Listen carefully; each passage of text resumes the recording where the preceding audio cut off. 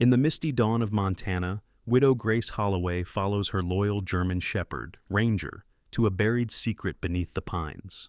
An iron chest, a lost fortune, and a danger reborn. As greed closes in, a weary soldier stands beside her. Love flickers amid fear, and loyalty bleeds into legend. Some treasures lie beneath the earth, but the truest are found in hearts that refuse to surrender. Before we begin, please take a moment to subscribe to our channel, leave a like, and may God bless everyone watching tonight. Chapter 1. The Whispers Beneath the Pines. The morning air in Montana carried a kind of fragile stillness, the kind that trembles before the wind remembers to move. Gray mist draped the valley, curling between pine trunks like tired ghosts reluctant to leave. In the middle of it stood a small, weathered cabin, its wood silvered by time and loneliness. Grace Holloway watched her breath rise in thin clouds as she poured water into the kettle. 49 years old and feeling each one of them, she had a face that still bore traces of the quiet beauty she once carried with ease. A long, thoughtful face framed by chestnut hair streaked with gray, soft brown eyes that looked perpetually on the verge of apology, and hands worn from work, the skin dry and cracked at the edges.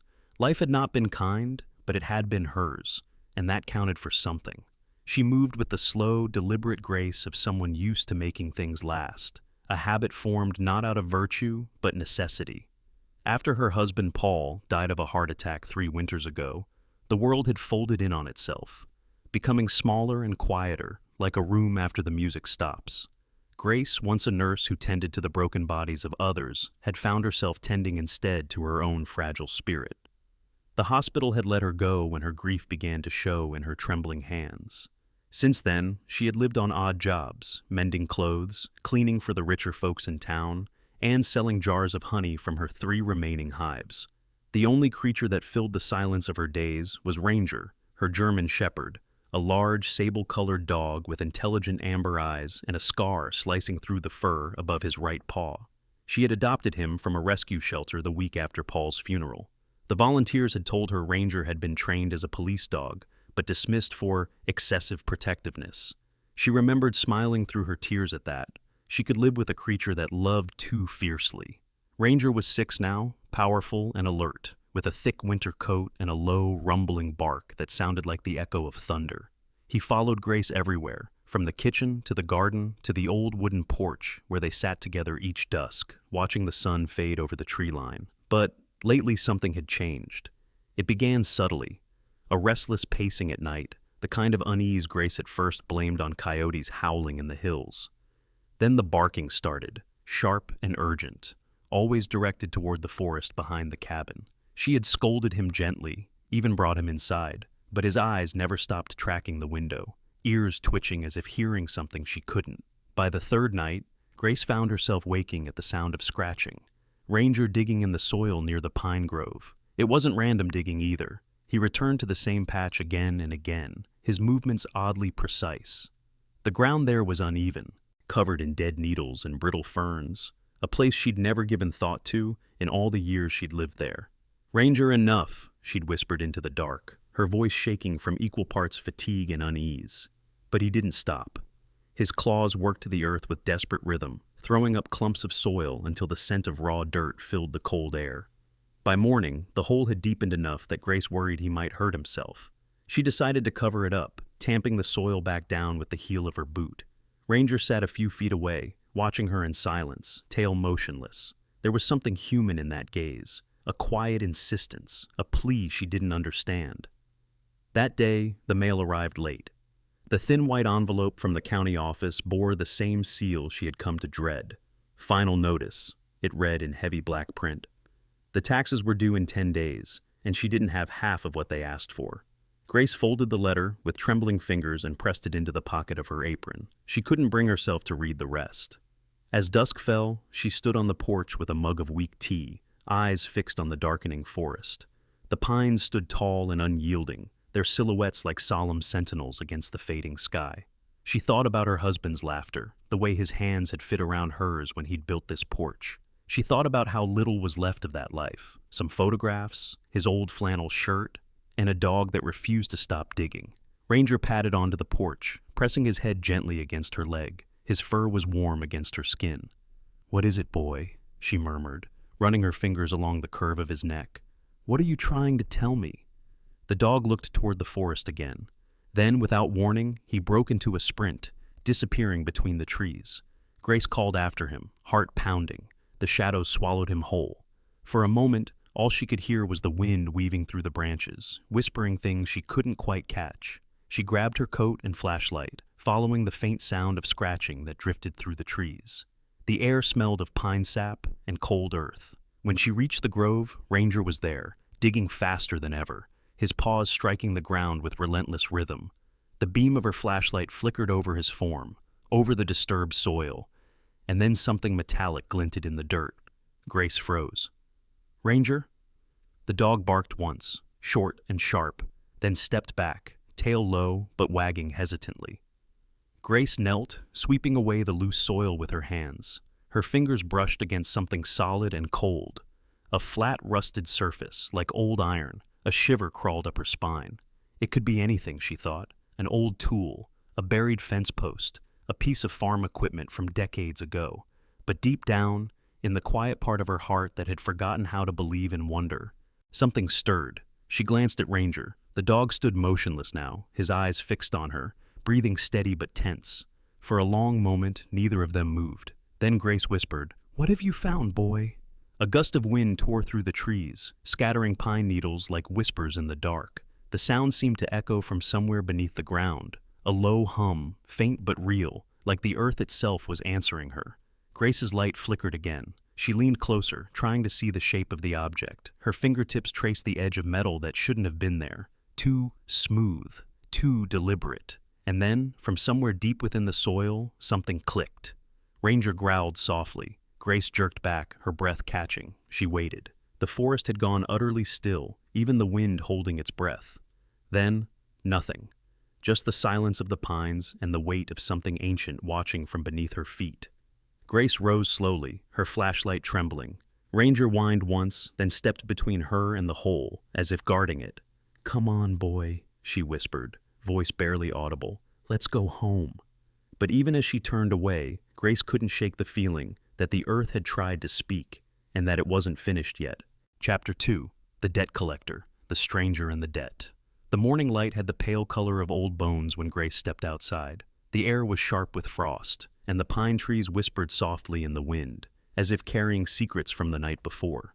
She stood for a moment on her porch, staring toward the woods where Ranger had found that strange piece of metal. The memory of that faint click still lingered in her chest like a warning, or a call. The kettle whistled inside, pulling her back to the cold, fragile present. Ranger sat near the steps, tail brushing the wood, his golden eyes fixed on her as though reading her thoughts. Grace reached down, brushing his thick fur. "We're not going digging today," she murmured. "We've got enough trouble already." Her trouble came in the form of an envelope, the one with the red county seal. It had arrived 2 days ago, the same one she had tucked under the bread box, hoping if she ignored it long enough, it might lose its power. But this morning, she finally opened it again, tracing the printed words with trembling fingers. 10 days. That's all she had to pay everything she owed, or lose her home, the last place Paul had built with his hands. Her throat tightened as she folded the letter back, neatly, almost reverently, as though gentleness could change its meaning. She looked around her kitchen, bare shelves, an old clock ticking unevenly, a jar of coins by the sink that wouldn't cover even a fraction of what she needed. A knock at the door startled her. Ranger's ears perked up, his deep growl rumbling low in his chest. Grace wiped her hands on her apron and opened the door to find Thomas Reed standing there. Thomas was in his early 50s, tall but slightly stooped from years of manual labor. His hair was iron gray and cut short, his skin rough and tanned like weathered leather. A faint scar ran down the side of his face, from temple to jaw. An old injury from his time in the army, she knew. He had the kind of face that carried both kindness and sorrow, like a man who had seen too much and survived anyway. His eyes, a soft steel blue, met hers with a quiet steadiness that somehow made her want to cry and smile at the same time. "Morning, Grace," he said, voice low and steady. "You all right? Saw the county truck come by yesterday." Grace forced a smile. "Just bills," she replied. "They always find their way to the people least able to pay them." Thomas nodded, glancing past her toward the woods. That dog of yours still tearing up the yard? He's persistent, she admitted. Ranger trotted forward, sniffing Thomas's boots before sitting down between them, alert but calm. Thomas reached down to scratch behind his ears. Good boy. Always keeping her out of trouble, huh? There was warmth in his voice that Grace hadn't heard from anyone in a long time. For a heartbeat, the weight of her worries lifted, and she almost laughed. But the moment passed quickly, replaced by the gnawing dread that had followed her all week. Thomas offered her a bundle of chopped firewood. Brought this from my place, figured you could use some before the next freeze. You didn't have to, she said softly. I know, he said, his smile small but genuine. That's why I did. When he left, Grace watched him disappear down the path toward his own cabin, a short distance away across the meadow. She felt that familiar ache, a mix of gratitude and loneliness she didn't have the words for. She cared for him, more than she should perhaps, but there were walls around her heart built from loss and self-blame, and she didn't know how to let anyone climb them anymore. That afternoon, she took Ranger for a walk near the grove. The ground still bore the marks of his digging, but she noticed something new. The soil seemed disturbed, as if someone or something had returned during the night. Her pulse quickened. Ranger, she whispered.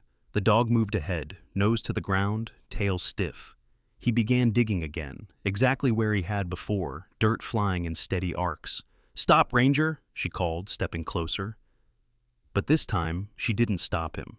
She knelt beside him, brushed away the earth herself. The metal surface appeared again, dull gray beneath the soil. She ran her fingertips along it. It wasn't just a flat plate, but the curved edge of something larger, buried deep. A branch snapped behind her. Grace turned sharply, heart hammering. A man stood at the edge of the clearing. He was tall and thin, his coat too fine for the muddy ground, the dark wool tailored and expensive. His hair was silver blonde, slicked back neatly, and his mustache trimmed with almost surgical precision. His face was pale, handsome in a cold way. Sharp cheekbones, eyes a flat green like polished glass. He smiled, but it wasn't a friendly smile. Good afternoon, he said, voice smooth as silk. Didn't mean to startle you. Name's Mr. Dalton. I just bought the property north of here. He gestured casually with a gloved hand toward the ridge. Beautiful land, though a bit wild. Grace straightened, brushing dirt from her knees.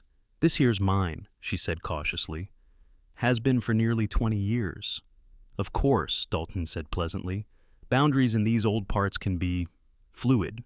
Surveying wasn't so precise back then, you know. His gaze drifted down to the disturbed ground. Looks like your dog's quite the excavator. Find anything interesting?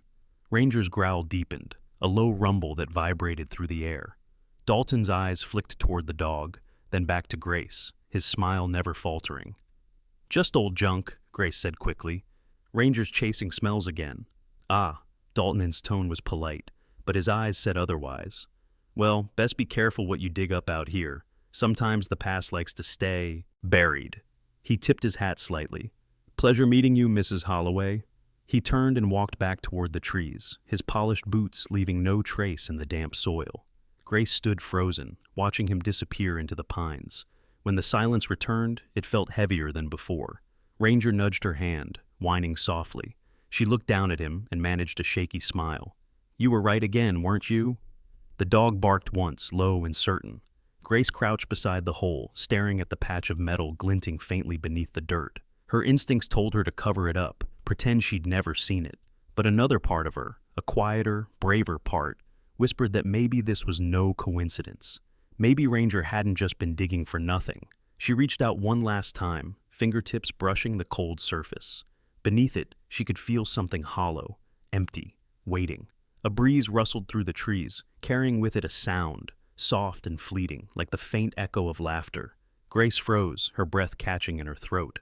There was no one there, only the whispering pines and the hole in the earth that seemed to breathe with her. Chapter 3. What Lies Below. The rain had begun before sundown, a fine, cold drizzle that painted the pines in silver and filled the air with the scent of wet bark and earth. By nightfall, it had become a steady curtain, whispering against the cabin roof.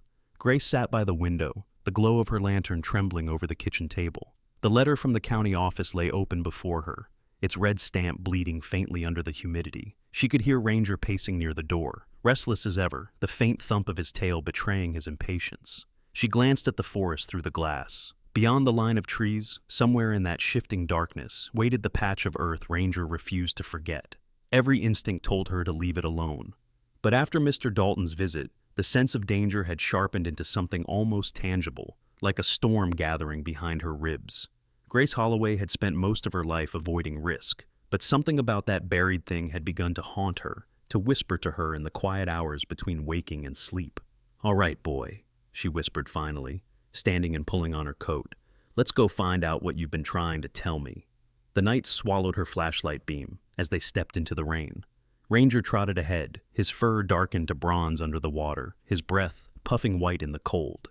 Grace followed his paw prints, boots sinking into the soft mud. The forest hummed with life, the rhythmic patter of rain, the creak of old branches, the distant rush of a stream swollen by the storm. She could feel her heartbeat sinking with those sounds, faster and faster, as they neared the grove. When they reached the spot, the ground looked different, uneven, disturbed again, as if someone else had come digging since the morning. Grace's pulse quickened. She set the lantern beside her and began to dig with the old iron shovel she had brought. The soil was loose, eager to give way. Ranger stayed close, his ears swiveling at every noise, his body tense. The first sound of metal meeting wood made her heart lurch. She knelt, brushing away layers of wet soil until her fingertips struck something solid, an edge, curved and rough with age. She dug faster, ignoring the rain running down her neck. Slowly a shape emerged, a rectangular chest, its corners wrapped in corroded iron bands, the wood swollen but intact. Her breath caught. My God! The lock was long rusted through. With trembling fingers, Grace pried it open. The lid groaned like something waking from a long sleep. Inside, wrapped in layers of rotting fabric, were objects that gleamed faintly in the lamplight. A string of pearls, a silver brooch shaped like a lily, a hand mirror framed in tarnished gold. Beneath them were letters tied with a faded blue ribbon, their paper yellowed and fragile. Grace's hands shook as she untied the ribbon. The ink was faint, but she could still read. The words, Eleanor Price, 1864. The first letter began with love. My dearest Samuel, it read, if you are reading this, it means I have hidden what remains of our life together beneath the oak where we first spoke of forever. Grace's throat tightened as she read on. Eleanor wrote of a soldier she loved, of war and separation, of the fear that their small fortune would be stolen if the raiders came. They will never find it, the last line promised, and if I cannot return, may whoever does find it remember that love was the truest treasure I ever held. Grace's eyes blurred with tears. The rain outside beat harder, as though the heavens mourned for Eleanor's lost life. She could almost see her, a young woman in a worn dress, hands shaking, as she buried her past beneath these same trees. Ranger's sudden bark snapped her back to the present. His body stiffened, ears pricked, facing the darkness beyond the grove. Grace turned off the lantern instinctively. Through the rain, she saw a flicker of white light, headlights, moving slowly between the trees. She grabbed Ranger's collar. Quiet, boy, she whispered, crouching behind a moss-covered boulder. Her heart hammered as voices drifted through the rain. Over here, one said, deep and rough. Another answered, lighter but impatient. Then came the smooth, unmistakable tone she recognized from earlier that day. Mr. Dalton. He stepped into the clearing, his long coat glistening with rain, flanked by two men. The first was broad-shouldered, with a thick black beard and a scar down his neck. The other was younger, thin, his face pale and nervous. Dalton's voice carried easily over the storm.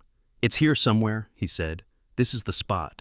My grandfather told me about it, said his father buried something valuable before the war ended. It belongs to my family. The younger man shifted uneasily. You sure it wasn't just an old story? Dalton's hand snapped out, grabbing him by the collar. You think I'd come out here in this god-forsaken weather for a story? He shoved him away. It's real, and I'll find it. That woman, Grace, she knows something. Her dog's been digging right where it's buried. Grace's stomach twisted. My grandfather. Dalton's words echoed in her head. Was this what he meant by boundaries being fluid? Did he truly believe he was entitled to what was under her land? Or was that just a convenient lie to justify greed? The men began to circle the clearing, their flashlights sweeping over the ground. Grace pressed closer to the rock, her body trembling. Ranger stayed motionless, only the faint rise and fall of his chest betraying his presence. Nothing, the bearded man muttered after a while. Just mud and roots. Dalton's jaw clenched. Then she must have found it already. His voice dropped to a dangerous calm. We'll come back at dawn. If she's moved it, we'll make her tell us where. They turned and disappeared into the rain, the sound of their footsteps fading slowly. Grace didn't move until the forest swallowed the last of their light. Then she rose shakily, wiping mud from her hands. Ranger pressed against her side, whimpering softly. She looked down at the open chest, the letters scattered across the wet soil. They'd kill for this, she whispered, for something they don't even understand. The brooch caught the lantern light again, its silver petals gleaming like a frozen tear. Grace gathered the letters carefully, tucking them into her coat. The jewelry she left untouched. Somehow, it felt wrong to disturb it further. She stood there for a long moment, the rain easing into mist around her. The forest seemed to breathe again, as if relieved. And though fear still trembled inside her, another feeling rose beneath it, a quiet strength, something fierce and unfamiliar. Grace Holloway, who had spent years simply enduring, now had a reason to fight. "Come on, Ranger," she whispered, voice steady despite the storm. "Let's go home." But as they turned back toward the cabin, Ranger paused, looking over his shoulder toward the chest half buried in mud. He growled once, low, uncertain, before following her into the dark. Behind them, a flash of lightning tore across the sky, illuminating the grove for a heartbeat. In that momentary light, something glimmered within the chest that Grace hadn't seen before. A small brass key, half hidden beneath the mirror's frame, shining like an unanswered question. Chapter 4. The Chase and the Choice. The morning broke gray and cold, the kind of light that makes the world feel half asleep. A thin fog hung over the pines, still heavy with the night's rain. Grace stood by her small wooden table, the chest open before her. The letters and the brass key lay where she had left them, glinting faintly in the weak dawn. She hadn't slept at all. Her mind kept circling back to the voices in the forest, to Mr. Dalton's words. "It belongs to my family." Ranger sat at her feet, bandaged paw resting on the floor, his eyes following every move she made. He hadn't barked once since last night, as though he too understood that silence was safety. Grace reached down to rub his head. "You did good, boy," she whispered, "but we're not finished yet." She placed the bundle of letters into a tin box and covered them with a towel. The brass key she tucked carefully into her coat pocket.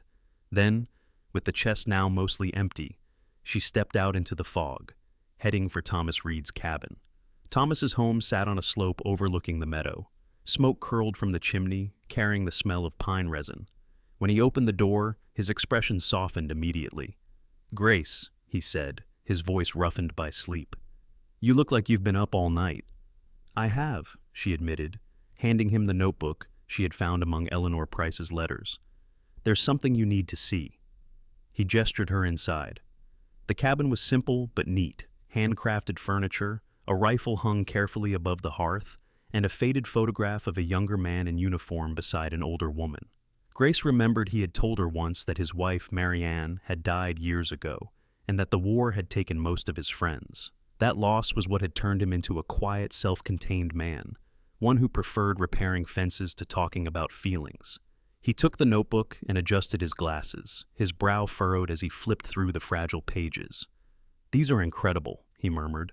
"Eleanor Price, 1864. It's a historical record. And this?" He pointed to a hand-drawn map near the back. "Looks like coordinates. It says deposit at Rose Hill Bank, North Wing Vault. That bank's been abandoned since the flood in 1912. Grace's heart skipped. "Do you think it's still there, whatever she stored?" Thomas nodded slowly. "If she had gold or property bonds in that vault, and no one ever claimed them, they'd still legally belong to her estate, and by extension, whoever inherits it. These letters could prove you have a claim." He smiled faintly. "You might just have found your way out of debt, Grace." She wanted to believe him, wanted to feel hope again, but a shadow passed across her thoughts. "Dalton knows," she whispered. "He was there last night. He said his grandfather told him about a treasure buried on this land." Thomas's jaw tightened.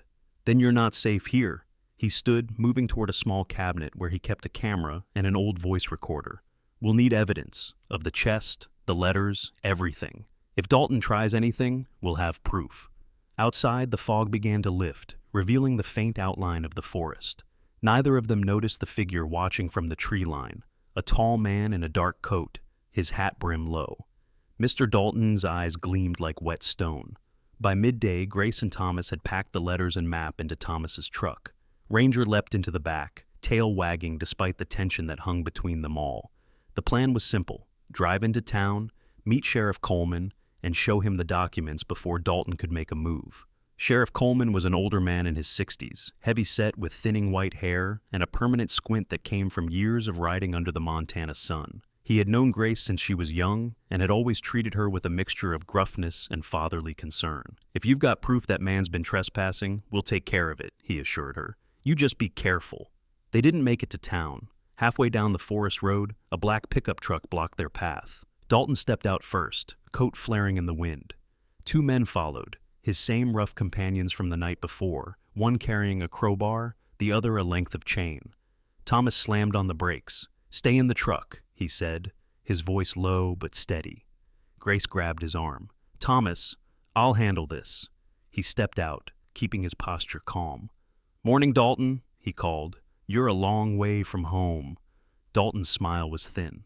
"You have something that belongs to me, Mr. Reed. A chest, some papers. I think it's time we settled this." Before Thomas could reply, the bearded man swung the crowbar, striking the truck's fender. Ranger leapt from the back, teeth bared. Grace shouted, "Ranger, no!" But it was too late. The younger man swung the chain, striking the dog across the side. Ranger yelped, collapsing onto the wet gravel. Something inside Grace snapped. She grabbed the shovel from the truck bed and charged forward. Dalton raised a pistol, the metal glinting beneath the gray sky. But Thomas was faster. He tackled Dalton, the gun firing once into the air. They fell into the mud, wrestling for control. Grace ran to Ranger, who was bleeding from his shoulder, but still breathing. "Stay with me, boy," she whispered, tears mixing with the rain. Behind her, Thomas struggled against Dalton's grip, the older man's face twisted with rage. "You think you can take what's mine?" Dalton hissed, forcing the pistol toward Thomas's chest. Grace didn't think, she just moved. She swung the shovel with all the strength she had left. The metal connected with Dalton's wrist, the gun flying into the mud. He fell backward, clutching his arm and cursing. Thomas rose, panting, and pinned him down. Within minutes, the sound of another engine echoed through the forest. Sheriff Coleman's patrol truck pulled into view, lights flashing. Two deputies jumped out, weapons drawn. Dalton's men froze. The bearded one dropped his crowbar. The other raised his hands in surrender.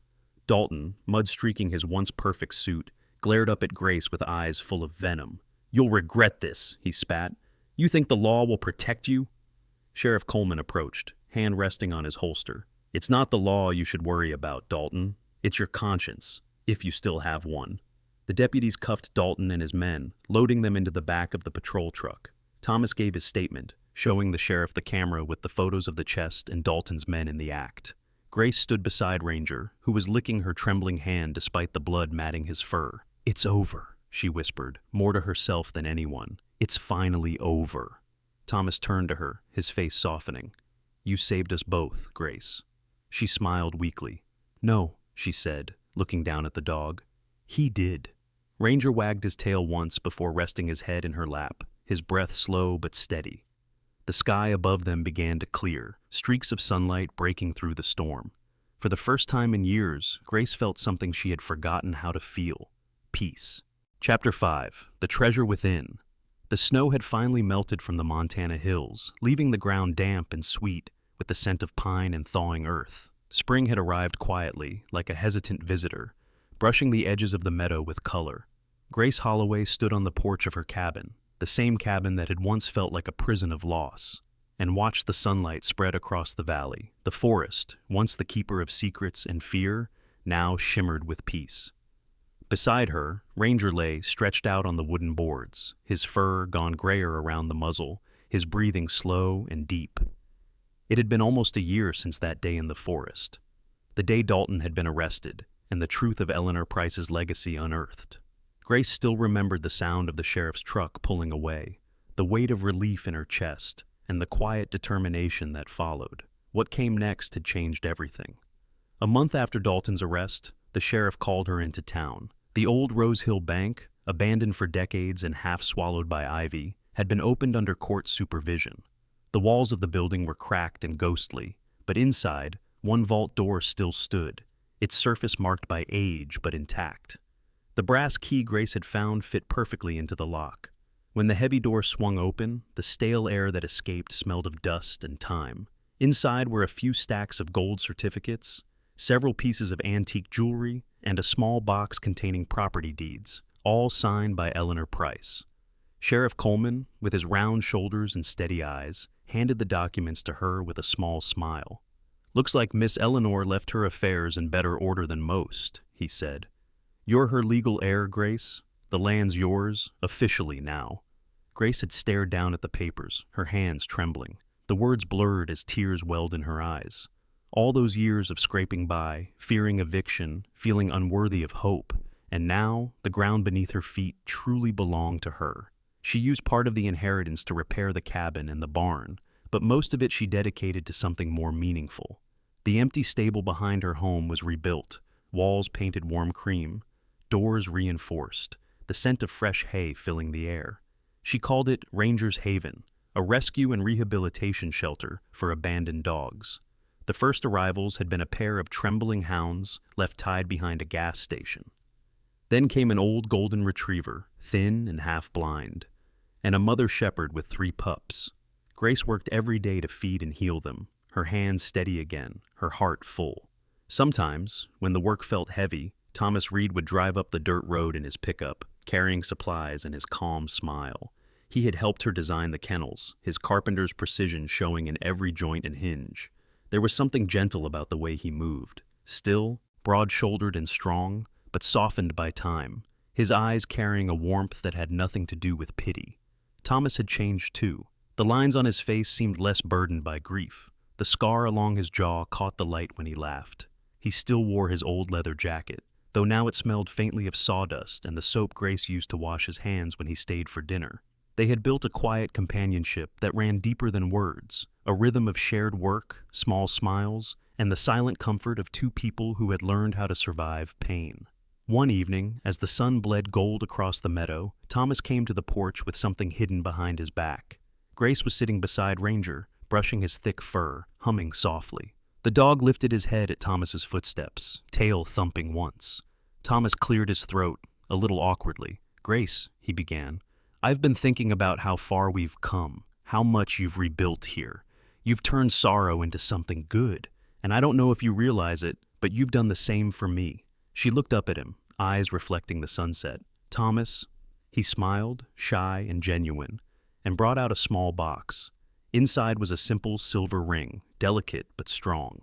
"I know we're not young anymore," he said, "and I don't have fancy words, but I'd like to spend what's left of my years beside you, building fences, mending things, drinking bad coffee, and feeding too many dogs. What do you say?" For a moment, Grace couldn't speak. Her throat tightened, and she pressed a hand to her lips to keep the tears from falling. Then she laughed, a quiet, broken laugh of joy, and nodded. "Yes," she whispered. 1,000 times yes. Ranger barked once, as if giving his approval. Thomas chuckled and crouched to rub his ears. "See, even he agrees," he said. "Smart dog."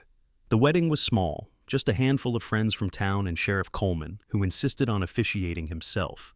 It was held in the meadow at sunset, with the pines whispering softly around them.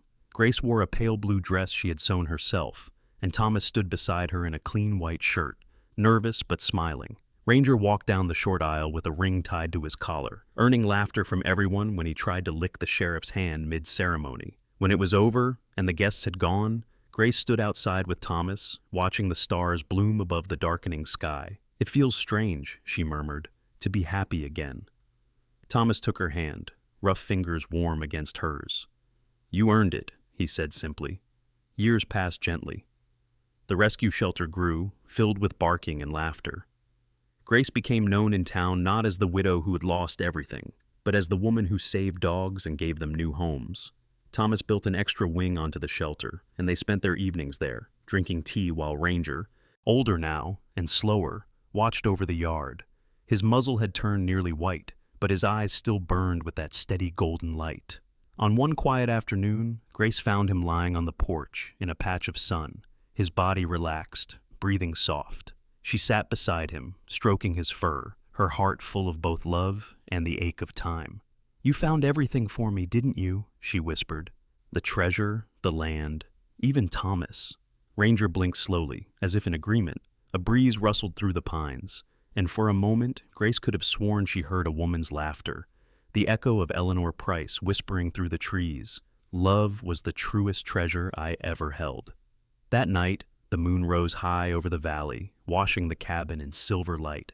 Grace sat on the porch with Thomas's arm around her and Ranger sleeping between them. The world was quiet, and for once the silence was kind. The woman who had once lived in fear now lived in peace. The man who had once been haunted by war now found home. And the dog who had once dug through the dark had unearthed something far greater than gold. He had dug up love, buried deep within a broken heart. Sometimes God's miracles don't come with thunder or light. Sometimes they arrive softly, through a loyal dog's bark, through a stranger's kindness, or through the courage of a lonely heart that chooses to believe again. Grace Holloway thought she had lost everything, but through faith, love, and the steady devotion of one faithful companion, she discovered that even the darkest soil can hide seeds of grace. What she unearthed was not just gold. It was a reminder that God never forgets those who keep hope alive. So, if you ever feel lost, remember this. Even when you think no one hears your prayers, heaven listens. Maybe your miracle is already waiting, just a few feet beneath your own weary steps. If this story touched your heart, take a moment to share it. Leave a comment about what you're thankful for today, and subscribe to our channel for more stories of hope and divine wonder. And tonight, may God bless you, your family, and every faithful soul, two-legged or four, who walks beside you on this journey called life.